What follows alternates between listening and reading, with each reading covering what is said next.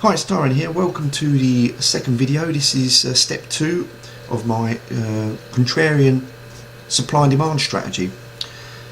Now, step 1 we looked for the profit margin. That's just why it's contrarian, because it's the only way I can work out profit margin. And once I've got a scan for that, as an example, you just look for clean candles. Then I need to move on to step 2, the probability. And what I'm looking for in probabilities are, first of all, I'm never going to take the first wave or reversal of price. I'll come into that in a moment. I'm not going to use that as a trade setup. And I need to know where price is located in relationship to the higher time frame curve.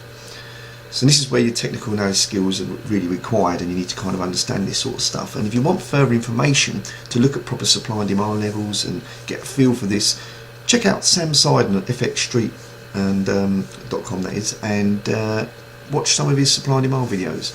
I've actually done online trading academy myself. I'm a member of the XLT, and this is my style of trading right now. This is how I've broken down the rules. Very simple, very clean, and very easy to follow. Just need a bit of practice. So let's just look. Never trade the first wave. What's a wave? A wave is a reversal in price, first of all. It's the start of a wave anyway.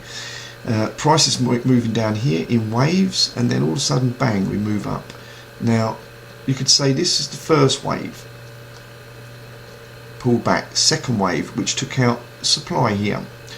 So this is second, third, and the fourth. As long as I don't try and short trade in the first wave, it's fine.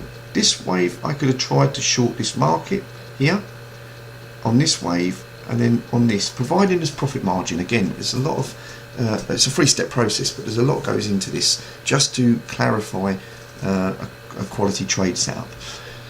So basically, I'm now on the 4th wave up, and now I've got to decide whether I'm high or low on the curve. Now, the curve is a higher time frame level than what the monthly is, and the way I do that, I don't go up to a higher time frame. I just use the monthly chart, map off the pivot high, look at the pivot low. Very simple.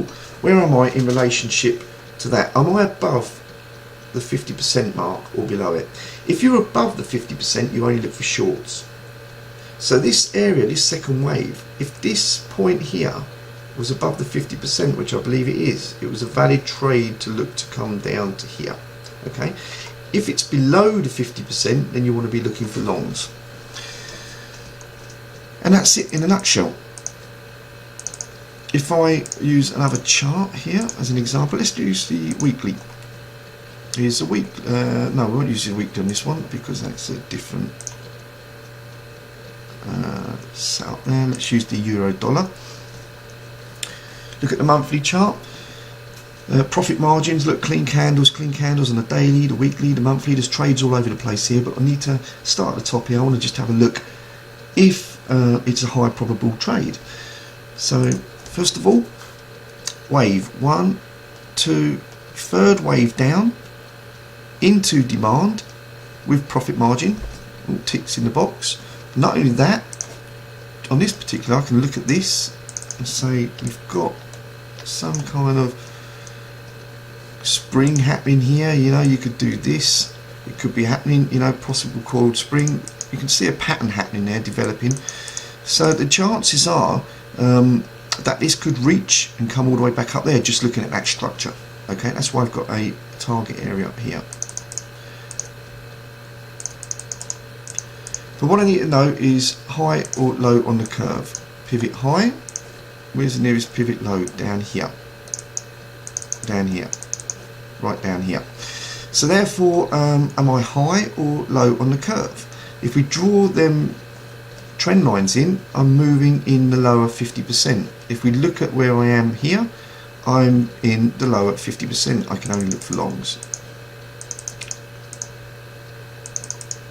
I should leave that in case we push down to there. The same on the daily. How many curves? How many waves? One. There's a little mess here. 2, 3, 4 waves down. I know I'm actually into a daily level as well, because if I was just trading the daily chart, come across here, increase this. You can see that this is a daily level. Price is that grey line, has already been and touched this low here. but we could do this on a daily chart. And if you've got this so much data and you can't, you just go up to your weekly. You know, you go up to the weekly chart and draw the curve in again appropriately to the weekly chart. And I need to reduce that down. And as you can see, this is the weekly level down here.